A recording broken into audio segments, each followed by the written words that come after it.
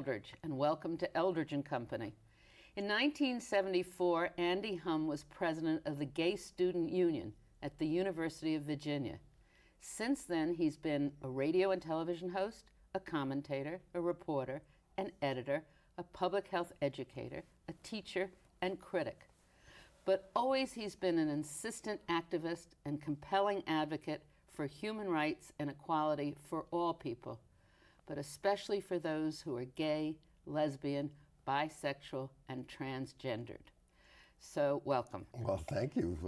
It sounds a lot like a lot of the work you've done over the years, too. Thank you. Absolutely. When I went to Dallas last June to the Catholic Bishops' Conference, and I went with my spouse. I was just a visitor. But you were there writing for the Village Voice. Yes. Why did you think that would be interesting? Well, first of all, they don't let us have spouses in the gay community, right. at least True. legally. Well, I was raised Catholic, and know a lot about the Catholic Church, and used to be involved with Dignity, which was the gay Catholic group. Now, I've been an atheist for 20 years, so I've been right. not a Catholic longer than I was a Catholic. But I mean, this crisis in the church is a great moment where a lot of things have an opportunity to change. People finally challenging authority in that church. Yeah. Which is just, great. It's really exciting. Actually, I shouldn't say why were you there, because I was there because I thought it was so interesting too, and I've never been a Catholic, and I've always been an atheist, but that's all right. Yeah, but getting to ask these bishops questions, about the, a lot of things was, right. Of course, a lot of them didn't want to talk to us individually. Cardinal Egan would never, agree to an interview. It's amazing that someone can occupy a position like that and not, make himself available at some level to the press and to the public and about things. But key questions for a gay person, certainly, because a lot of what the bishops have tried to do and the conservatives in the church have tried to do is throw this crisis off on, we should never have ordained gay people. My God, they've got a child molestation crisis and they want to blame gay people. I mean, it's absolutely outrageous. So I would ask things like at the press conferences, well, Bishop, whoever you are, I said, why do you ordain men in the first place if you think that they're disordered? Because that's what the Catholic Church teaches about gay people. And then they get, oh, well, yes, it's a disorder, but, we're all supposed to be ordered towards other people. It's nonsense. It is an especially interesting issue for gay people because they talk about marriage. I mean, even the reformers talk about the fact that we should allow priests to marry.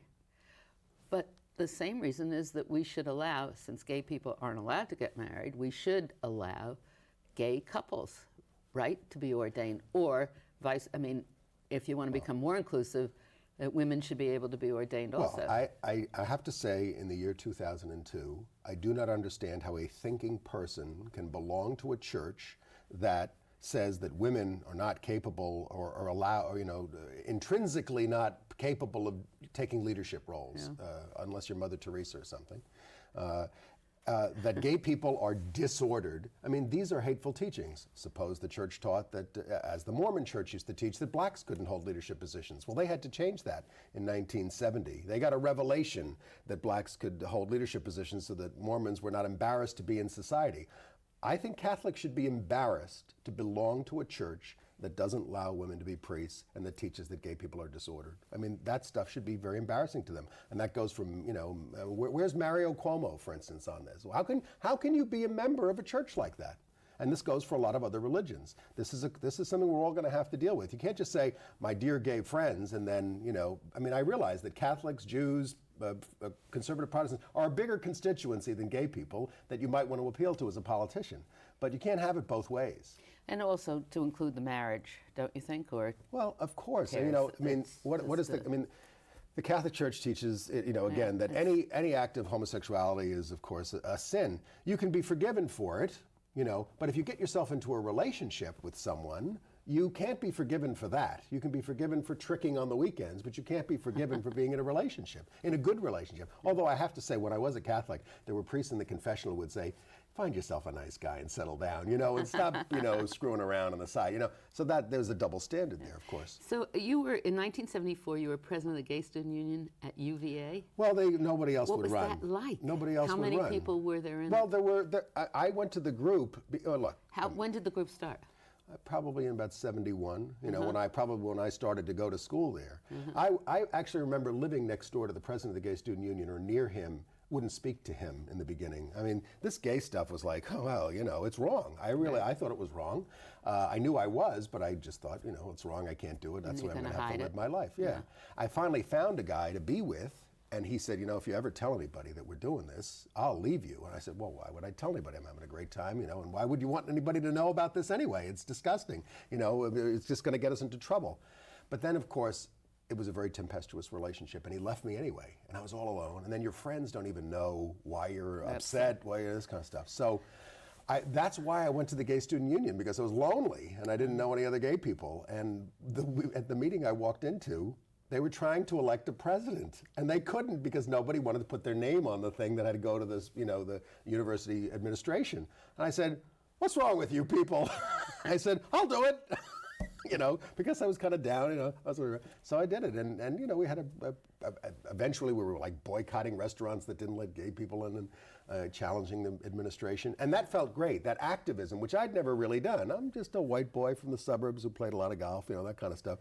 This made me feel finally, you know, really good about something, and when I got to New York, I got involved, and the rest is history. Yeah, it's there is nothing exhilarating, nothing as exhilarating, I think, as being part of, well, having that feeling of, what do you call it? Change. You feel sisterhood. Like we felt, right, and just being able to do something. And in those days, ACT UP and all those organizations. Well, ACT UP was much later, 87. This was 75. ACT UP was 87? ACT UP was not founded until 87. So the Gay Activist Alliance was still there when I got to New York.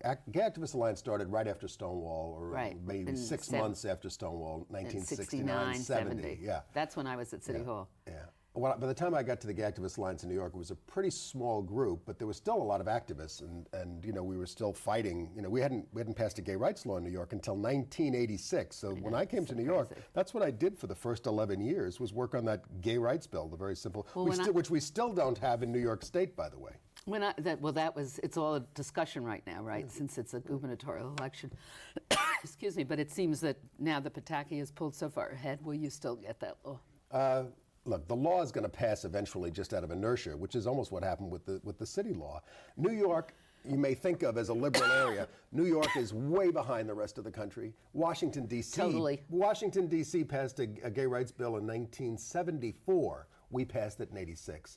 You know, we had Ed Koch coming into office in, 77, saying, any mayor that can't get a gay rights bill passed in 6 months isn't worth his salt. Well, it took him another 9 years to do that, you know, because basically the politicians don't make it a priority. It's not a priority for them.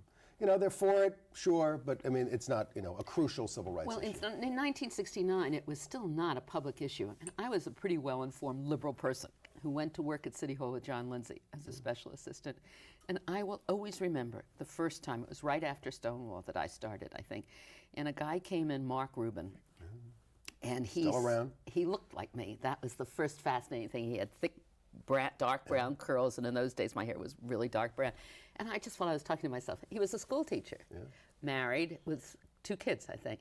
But he was also, but I didn't know he was gay. He was there telling me how awful gay people are being, how persecuted they're being. If they were walking down the block, three abreast, they'd get summonses for violations, and all the, there was a meeting place on West Street in Vans, and the police were raiding there. And so he was there to talk about lessening the harassment. And when he left, he said, this is my home phone number, and if I'm not there, I thought he said, my mother will answer. So that was how naive I was. And so the next day, this adorable blonde, blue-eyed guy pokes his head in my office, which was in the basement of City Hall, and says, hello, Ms. Eldridge, I'm Pete, Mark Rubin's lover. And I thought, oh, he's not living with his mother, he's living with Pete. So that was my first. Now that's, you know, if I didn't know or wasn't that familiar with gay terminology and gay issues, Gay people weren't familiar with gay terminology and Exactly. gay issues in those days. People were always I mean, hidden. we had to run to the library and look it up and Right. read about it. We couldn't. Now, of course, the society is vastly different. You've got tons more information. I mean, I worked with gay youth at the Hetrick Martin Yeah. Institute for 9 years. which is a school, Well, they run a school called the Harvey Milk School. and it's also But it's a social service agency. But we were out in the schools educating people about these issues. But in those days, you know, of course, the big issue for gay youth is isolation. I think I'm the only one in the world. That is much less these days. You can figure out who you are Right. pretty much by the time you're about 12 years old. I mean, if you've got half a brain, there's so much information out there, television, books, magazines. It's integrated into society. But still, it's still a very anti-gay society. So you figure out who you are when you're 12 years old, and maybe your parents are Orthodox Jews, conservative Catholics, fundamentalist Protestants. And what they think about gay people is you're all going to hell. And that can be very, very painful. See, in my day, we had the advantage of denial, and we could deny who we were and maybe get away with it. These kids don't have that advantage in a way. I mean, ultimately, it's going to be better, you know, because everybody's going to understand this better. But what did your parents say when you told them? I didn't tell them until I had already After been being president of the I'd already student been union? president of the Gay Student Union. They had not found that out. I come home, but then I'm going to go to a demonstration at St. Patrick's Cathedral against the Cardinal, and I think Where was home? Baldwin, Long Island. You know, right 40 minutes away. So I was always coming into the city, and I thought, well, they might see me on. It might be on television, and they might see me, and I don't want it to happen that way. So I remember caddying for them that day. I was very nervous. I was so nervous. You rehearse this, you know, most of your adult, life. And I said, you know, did you ever notice anything different about me? And my mother goes, well, you mean that you don't date? I said, well, I date men, you know, and I explained it. And I have to say, my mother was a housewife, my father's a stockbroker, or was. And, you know, he said, well, you seem to accept this. He says, and if we don't, I guess we're not going to see very much of you anymore.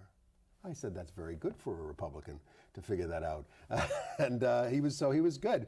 My mother the next morning was crying and, you know, upset. Oh, I think you're going to have a hard life, you know. And I said, no, it's been a lot more interesting than it would have been. And I have to say, again, I'm very grateful, you know, for this. I think it's a gift, you know, because it's what put me in touch with what everybody goes through, women, Right. African Americans, Latino, everybody, you know, when you're on the outside. If you Absolutely. don't get that, you know, I mean, I think everybody has it to some extent in their life, something that puts them outside the circle that gives them a little perspective. That's good for us. But I wish it would lead us to treat everybody as just brothers and sisters, which we don't. Well, and we don't. Not everybody seems to know that they're a little outside of the circle. No. Or do you think they do Deep in deep their down, and they hearts. do? I think people don't want to be. I mean, not to get too, you know, political or economic about it, but, you know, why do the vast majority of these people vote for an economic system that, you know, where the rich get to keep everything, whereas they could have a system of progressive taxation where you could have public services and parks and nice things and schools, you know, if you just had a slightly different taxation system. But I think it's because people, you know, think that maybe someday I'll be on the top, but most of us are never going to get there. I know, it's so hard. I have to confess that as a mother, I would understand your mother saying life is going to be hard. Because, you know, it is a little harder.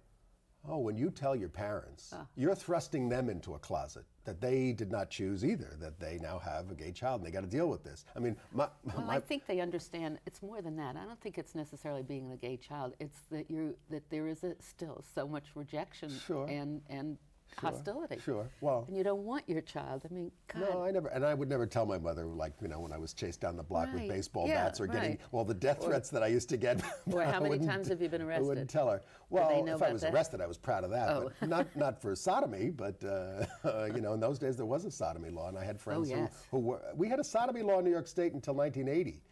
Actually, it was enforceable until 1980. Actually didn't take it off the books until recently. Tom Duane helped do that in the state Senate.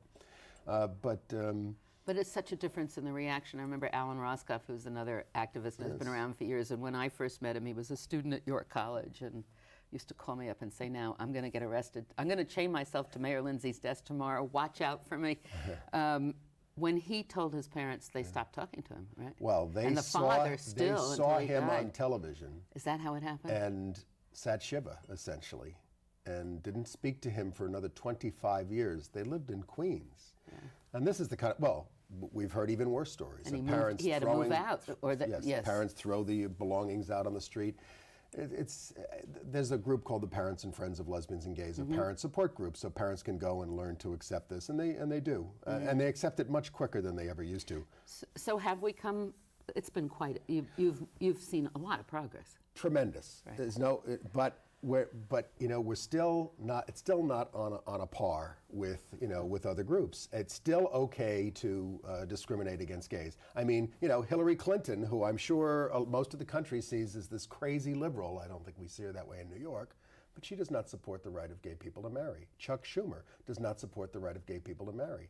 You know, I get upset when these people are invited to any place of honor in the gay community. Would African Americans accept somebody who said, I don't think there should be interracial marriage? You know, if you want to have a civil union or a domestic partnership, that's okay. If you want to live together, that's okay. But I don't think society should change its marriage rules for you.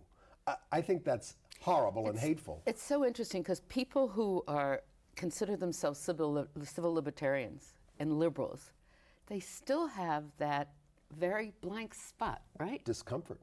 It's discomfort. It's like, I don't know, you know, I try to understand why people are big. I think Hillary and Chuck are bigots in that way, you know, and again, people don't think of them that way. But when you, I think what it is like they're married people, you know, and it's sort of like, it's almost like, what are you doing? You're making fun of what I'm doing. You're invalidating what I'm doing. I've made these choices and things, and you're saying this is okay. And it just upsets people in some way, at some visceral level.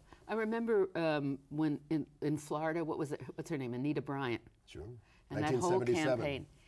It amazed me that people who were in favor of the women's right to choose what to do with their bodies were still against other people's right to do what they want to do with their bodies. Really? If you want to engage in any kind of a relationship, why should it be anybody's business? I remember going to the march for the ERA to extend the, you remember this march in Washington to extend the ratification, which never happened, but they did extend it. It still didn't happen. But I remember Betty Friedan, who I much admire, but gets up there and goes, and they're saying that this will lead to homosexual marriages. It will not. You know, well, why not, Betty? You know, Exactly. I mean, it's so crazy. and of course, she also, I remember Jean Stapleton was hosting that day, and she says, and we want to thank the very sensitive men who came here today. They didn't say gay, men who were there, who were off in the backbone. So is it frustrating when you have these techniques that bring change within the movements, the civil rights movement, the women's movement, the gay and lesbian movement, transgender, bisexual, which we've now amended as we go along each year, that we can't bring that to the political movements that override all of them? What that we can't Bring this same spirit and make the same change. Well, I think, Do you know what I mean? Am I clear or not clear? No, we've had bursts of change. I mean, today is a very tough time for activism in general. I mean, in terms of getting anything done and moving anything. Is that partly because we've become, these different groups have become dependent on funding? Yes. And well, I worked at the Hetrick Martin Institute for Lesbian and Gay Youth, founded by activists, Damian Martin, Emery Hetrick, who wanted to just change the society so that gay youth didn't have anything, could exist in the society without prejudice. But then, they did found the Harvey Milk School because a lot of those kids were not going to school. And I totally support that. That school, however, has gone from 50 students last year to, they expanded it to 170 students. I have a question whether the school system is just like saying, get the gay kids out of here. We don't want to deal with it. As opposed to like changing I don't remember Harold Levy doing anything to try to change things within the school system to make it a better, more hospitable place for gay kids. They just support the Harvey Milk School. Get them out of here. So does the Harvey Milk School, or does Hetrick Martin take an activist role in criticizing the government? This is my old outfit, but less so. I mean, they get most of their money from the government. You will not see Hetrick Martin as a visible force speaking out against what the mayor is doing when the mayor is giving them their money to run their social services. That's what I'm saying. So that we've been outside the circle. Now we become more accepted. We run necessary programs. It's the same with women. Right. Rape crisis, abortion, African American groups, all the groups, everybody gets bought off. Right. Yes, and I think and we're threatened now. Well, I think it's that, but I think that's selling out, and I think you should never give up your mission, your primary mission. You don't have to go out of your way to be nasty to politicians or anything. Maybe the way I do sometimes, if it's necessary. I mean, as an independent voice, I'm not running an agency, but you cannot give up on your mission. You are failing the people that you're supposed to serve. You're supposed to change the society so that you don't have to exist. They all say this, but they don't. They've given up on it. You become an institution. Housing Works. Well, Housing Works is the AIDS housing group. They're one of the only ones that was really always fought Giuliani, and they lost about 2/3 of their funding as a result. But they won most of their cases. Yes. Unfortunately, Yeah, the right to protest. That they lost the money. The right. right to protest. So it is a very necessary thing. But we're still. Look at what's happening now in the world with Iraq, Afghanistan. We've left in chaos. Where are the people? There are some. Move on. 15, 20,000 people in Central Park a couple of weeks ago. Right. And with the Catholics, there's the Voice of the Faithful.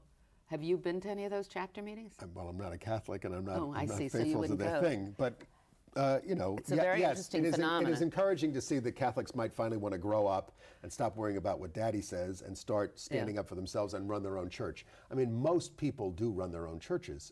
A local parish. If you're a Protestant church, I assume this is also true in Judaism, you hire the rabbi, you hire the pastor. Catholics get somebody sent to them, that they don't know where he came from, and then or you look at the cardinal. Where did he come from? Somebody in Rome says, this is your new leader. You didn't raise him up, and you accept this as your leader. That's very immature. But let's talk about politics. How can you connect? Do you spend any time? Are you energetically? I would. How do you feel about this? I would not. Government? I vote. Yeah. I would not get involved. When I was a kid, I used to get involved in campaigns all the time. That this person is going to finally change things. And Right. whoever it was, you just get terribly disappointed unless it's Ronnie Eldridge, Ruth Messenger. They're all from the same district, actually. We're so spoiled. Well, I'm serious. Or Tom Dwayne, Chris Quinn. These are great people who are speaking their minds. But most of them are, have their eyes on higher office and, are going to be terribly disappointing. So I recommend to people, just work on your issue. If you work hard enough on your issue and you organize enough people about what you care about, you can make Rudy Giuliani or whoever change. You can force politicians to take your position if you work hard enough on your issue. But stop making friends with the politician. That's not what the game is. I'm old. I'm quite a bit older than you, so I come from different time. Nobody's quite a bit older. I am. But all Believe right. me, I am. Okay. I grew up with Roosevelt as president, not all the time, but he died when I was about 13. But I believed in the public good, and it included everybody. And I believed that people stood for office and ran for public office because they believed in something, and that they are leaders, and they're supposed to lead. It seems to me what's happened is that it's become a profession with a career ladder. So they start at the lowest level, and the main concern of elected officials is to get elected to the next level. Therefore, they become more reflective of public opinion rather than trying to set it. Well, plus the fact that we have some of the most aristocratic legislatures in the world. It's become a millionaire's little toy to deal with when they get older and they've made their money. Well, my theory does lead to some problems because it means that if you stand for something and your constituents don't agree and they vote you out of office, then you have to find a job. And that's a little hard when you're 40 years old or 45 years old if you've started. Tell me about it. But I'm not sure that your theory of working for your own interest is the answer. No, I mean issues. Work on issues. I don't mean you mean just all issues. Oh, absolutely. Yeah. I don't just mean your own issue. Right. I'm saying I'm saying work on the issue rather than hoping that electing the person is going to get it for you. Whether or not you elect the person, you've got to there's got to be enough public support for the issue, and I mean all issues. I don't just mean gay issues or tax issues or the war, but we should all be able to work on some of those things at some level. I'm a total integrationist. I believe we should be across movements and things. Oh, good. I'm glad to hear that. That makes me feel better. Oh, absolutely. So how do you like that Rudy Giuliani is now this national hero, and that they even talk about him getting the Nobel Peace Prize? Well, what do we do to burst that bubble? No, I've always. I had friends who couldn't stand him, who after the 9/11 thing would say, but you have to admit, we did a wonderful thing for us. And I was lost about it.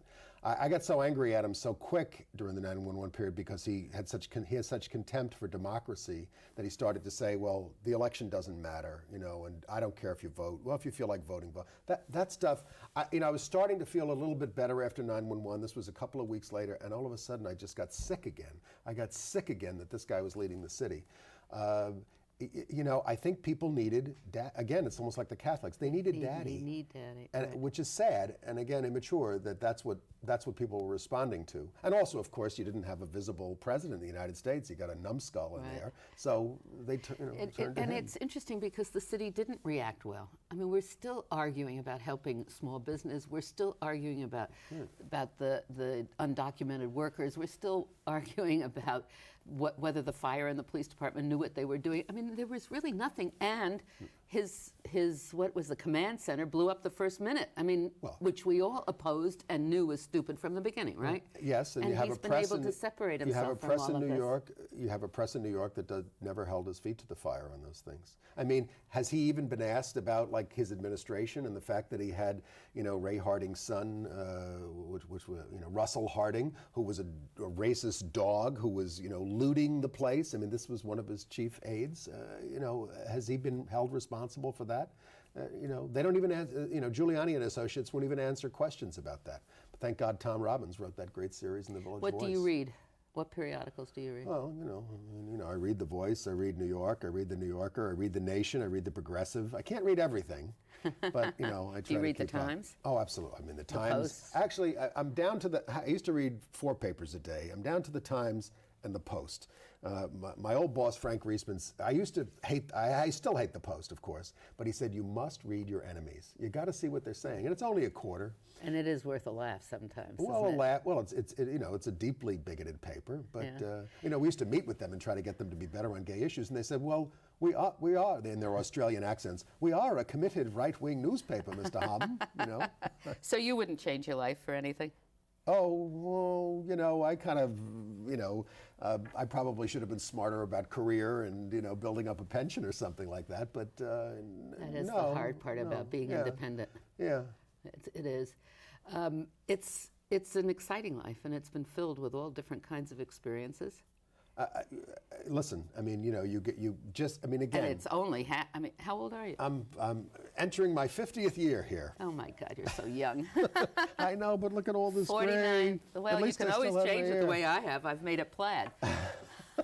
I don't want to hide the fact that I'm gray, Well, I but it's think- also boring, so I've made it a couple of colors. Unfortunately, I worry about the future a lot. I worry about the future of New York because, seriously, Yeah. I'm worried about the end of New York with the way the world is, and I don't think we're all devoting enough attention to all of this stuff. I'm not trying to be, apocalyptic about it, but we did see what happened on 9/11. So we've come to an end of this wonderful half hour that's good to sped be with by. you. An honor. It's been wonderful to have you. It didn't surprise me to see Andy in Dallas because he's always seemed to be everywhere, pursuing these beliefs and changing the world, I think, week by week. A little bit. A little bit. Yeah. So thank you very much. Thank you.